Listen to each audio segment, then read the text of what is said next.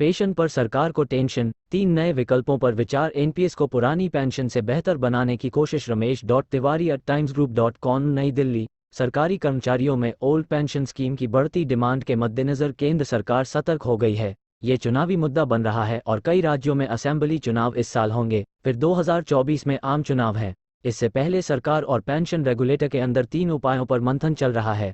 एक उपाय यह है कि ओल्ड पेंशन की तरह लास्ट सैलरी की आधी रकम तक पेंशन तो मिले, लेकिन उसके लिए कर्मचारी से योगदान लिया जाए।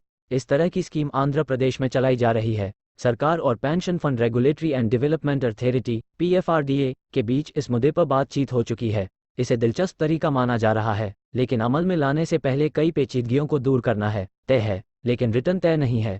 इस पर काम लगभग पूरा हो चुका है, लेकिन बोर्ड की मंजूरी बाकी है। हालांकि संकेत मिल रहे हैं कि इसमें न्यूनतम रिटर्न 4 से फीसदी हो सकता है, जिसे बेहद कम समझा जाएगा। गारंटी के कारण लागत बढ़ जाएगी। वैसे बाजार ने बेहतर रिटर्न दिया तो न्यूनतम रिटर्न से 2-3% ज़्यादा तक पेंशन मिल सकती है। इसके अलावा मौजूदा एनपीएस में मैच्योरिटी की 60% रकम कर्मचारी के हाथ में चली जाती है। अगर ये पैसा एक्सक्लूसिव। दूसरा उपाय यह है कि मौजूदा एनपीएस में ही न्यूनतम पेंशन तय कर दी जाए।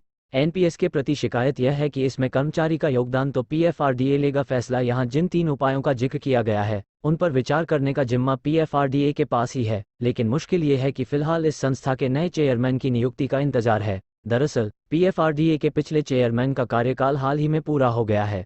अब नए चेयरमैन की नियुक्ति हो जाने के बाद इस मामले में काम तेजी से आगे बढ़ भी पेंशन में ही लग जाए तो पेंशन के तौर पर मिलने वाली रकम बढ़ जाएगी। तीसरा उपाय यह है कि अटल पेंशन योजना की तरह सबको न्यूनतम पेंशन की गारंटी दे दी जाए। पीएफआरडीए ये योजना चला रही है, जिसमें योगदान के आधार पर 1000 से 5000 रुपये तक पेंशन तय है। पीएफआरडीए अटल पेंशन योजना का दायरा सभी के लिए बढ़ाने और 5000 लिमिट खत्म करने को तैयार हो सकती है, बशर्ते गारंटी में किसी वित्तीय कमी की स्थिति में।